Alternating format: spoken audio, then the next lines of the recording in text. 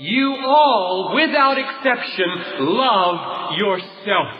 You have this passion to be happy, passion to be fulfilled, passion for things to go right, passion not to be rejected by others, passion to be significant, satisfied, secure, in danger, and fulfilled.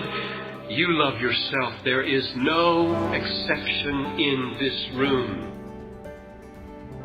What makes the commandment to love our neighbor so radical? And how can we practically fulfill it? In this episode of Light and Truth, John Piper turns to Matthew 22:34-40 to explore what transforms self-love into love for others. This sermon was originally preached at Bethlehem Baptist Church on May 7th, 1995. Love your neighbor as you love yourself is a very radical commandment. Very, very radical. And what I mean when I use the word radical is that this commandment, when Jesus speaks it into our life, cuts right to the root. That's where we get the word radical. Right to the root of sinning. And exposes the root, and by God's grace, severs the root. That's my prayer, that will happen this morning, that this commandment will go right to the root of our sinning. It will expose the root. It will sever the root. Now, what's the root of all sinning? The root of all sinning is the desire to be happy apart from God and apart from the good of others in God. The root of all sinning is the desire to be happy apart from God and apart from other people's happiness in God. And when Jesus speaks, love your neighbor as you love yourself, He cuts right to the root of that sinning. And Jesus speaks the word into that and cuts right to the heart of that root with this commandment. Love your neighbor as you love yourself. Now, how does He do that? He starts with what is true of everybody in this room. Self-love. Everybody in this room, without exception, loves yourself.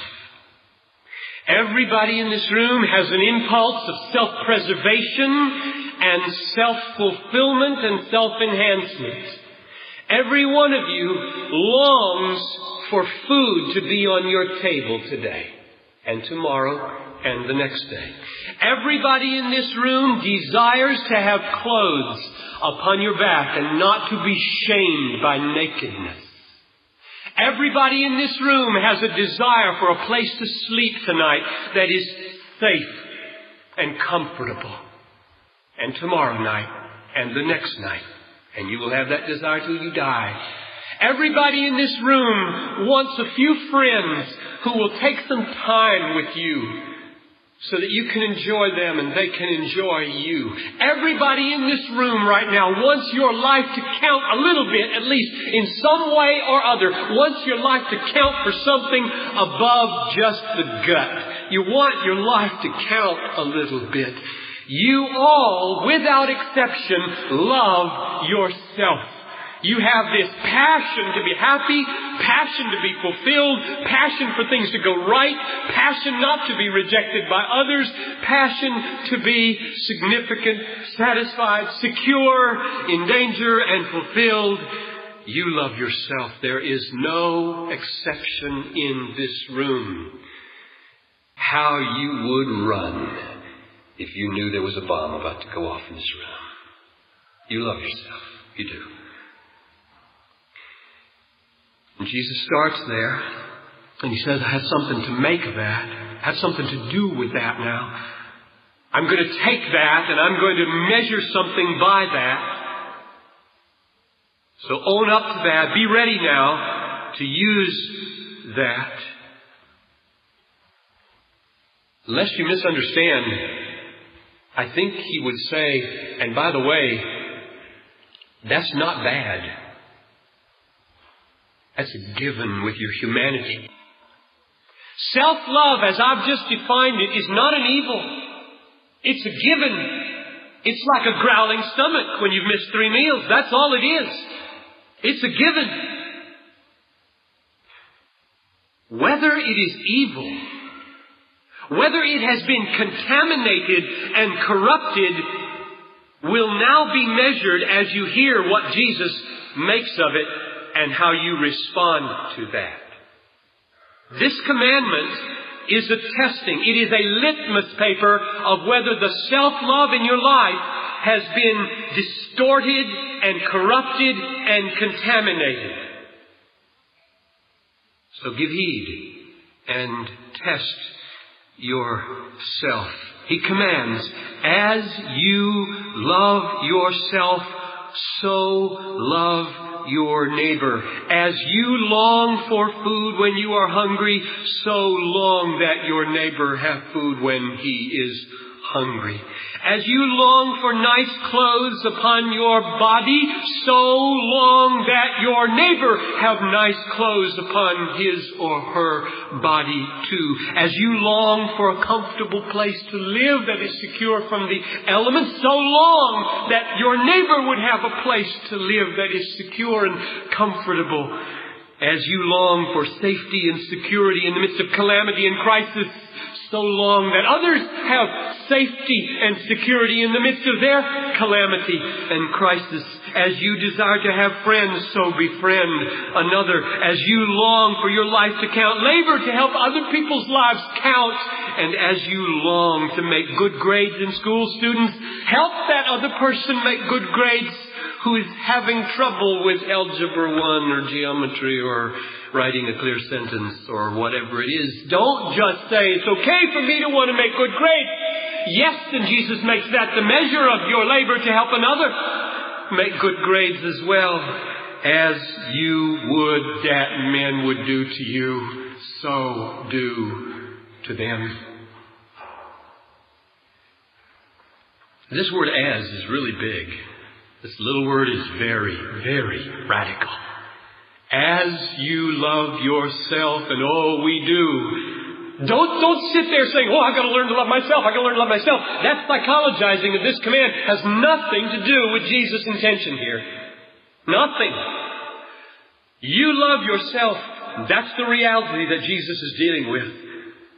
You will not cross the lane and hit anybody head on the way home. You will stop at red lights. You will eat this afternoon. You will go to bed tonight. You will not. You will do 1,000 things in this next week to take care of yourself. Don't let anybody tell you you don't love yourself. You love yourself aplenty. And all that passion to make yourself secure and to make yourself happy and your stumbling efforts to be self-enhanced. Now Jesus takes and makes it the measure of your love for others. It is an awesome word, this word as. It doesn't just mean, like I was just saying, give to others the same things that you want for yourself. It also means go about that in the same way that you go about it for yourself. If you have energy in the pursuit of your own well-being and your own happiness, then use energy in the pursuit of the well-being of others. If you have creativity in the pursuit of your own well-being, then use creativity in the pursuit of the well-being of others. If you have perseverance and unrelenting zeal in the pursuit of your own well-being, then use perseverance and unrelenting zeal in your pursuit of the well-being of others. This is a big word. As. That is a big, big word. And therefore, on the way over here this morning, as I was walking with Philemon Young, and he said, I'm really looking forward to the second half of this sermon. And I said, there were a lot of labor pains yesterday over this sermon. Love your neighbor as you love yourself is an awesome commandment. And he said, it sounds impossible. And I said, I'll meet you halfway through the sermon on that point. And we're there. Feel that way? And I think that sense of fear, that sense of threat, that sense of feeling overwhelmed by being cut off by this command and brought to nothing by it and fear by it is exactly where Jesus wants us right now in this sermon. He wants us right there before we wiggle out of this. Or soar out of this. What does he mean? I think right at this point, Jesus would say, you're feeling the right thing if you only read the second commandment. And precisely for this devastating sense of helplessness and overwhelmingness and threatenedness that you feel right now, I have given you the first commandment first. The first commandment is, you shall love the Lord your God with all of your heart and with all of your soul and with all of your mind. That is the first commandment, on which the second commandment is based, as we saw last week, in which it is rooted and from which it draws up its life and strength, as we saw two weeks ago. Before you make your own self-seeking, self-love, the measure of your self-giving, which is what the second commandment says you are to do. Make your own self-seeking the measure of your self-giving. Before you do that, Jesus says, make God the focus of your self-seeking. Let me say that again, because that's right at the crux and heart of what I want to say. Before you make your self-seeking the measure of your self-giving, second commandment, make God the focus of your self-seeking. And then, when you undertake to make your self-seeking the measure of your self-giving, this self-seeking will have been transposed and transformed into God-seeking. And the results will be a profound resourcefulness, contentment, and satisfaction. Let's just take the three words one at a time in the first commandment. Love the Lord your God with all your heart. What does that mean? It means turn to God. Set your fixed eyes on God's glorious grace, power, and wisdom, and manifold perfections, and bask in it till that glory so satisfies your heart that there is no nook and cranny in your heart where there is no satisfaction in God. Love God with all your heart means so embrace God, so receive God, so taste God, so smell the aroma and fragrance of God that your heart is filled with God as the satisfaction of your heart. And there's nothing left but satisfaction in your heart. Love your God with all your soul means look to God and find in Him a significance and a meaning for life that is so deep and so profound that your soul has no corner where God's riches and God's depth and God's significance is not filling. And love God with all your mind means look to God and find in Him expanses and stretches of wisdom and knowledge and insight so that there is an ample terrain for your whole mind and all that was ever designed for to run its course and be totally satisfied in God's resources of wisdom and resources of knowledge and resources of insight. That's what the human mind was made for. To see God everywhere and to penetrate into the Godness of all things, however God relates to them. And so Jesus says, go to the first commandment and turn your inborn longing for safety and security and significance and joy and hope, turn it into a questing for God Find God in Jesus Christ. Let Him satisfy all of that longing so that now your self-love is God-love. God's will for you this morning is that the form of your self-seeking be God-seeking. His will for you this morning is that the form of your self-love become God-love. That all of our craving that we call self-love be satisfied on God and become a God-love. And then, from that point, we will be able to move back to the second commandment, less threatened, less overwhelmed, less feelings of this will never, ever, ever, ever work. So what is the second commandment to mean then? What does it mean? Our self-love is transformed into God-love and then becomes the measure and the content of our neighbor love. Let me give you some examples to show you what I mean. If you are, according to the first commandment, yearning and longing for more satisfaction in the liberality and the generosity of God to you in supplying rent or clothes or whatever, then to see that expand and to feel your heart expand in satisfaction in God, extend that liberality and that generosity from God into the lives of others as you have sought it and found it in Jesus. Or, if you want to enjoy some more of God's compassion that comes to you through consolations in the midst of any sorrow that you have, if you want to feel His compassion expand in your life so that you can have more full, deep enjoyment of God's compassion on you in your sorrow, let that compassion expand into another person's life as you have received it and found it in God for yourself.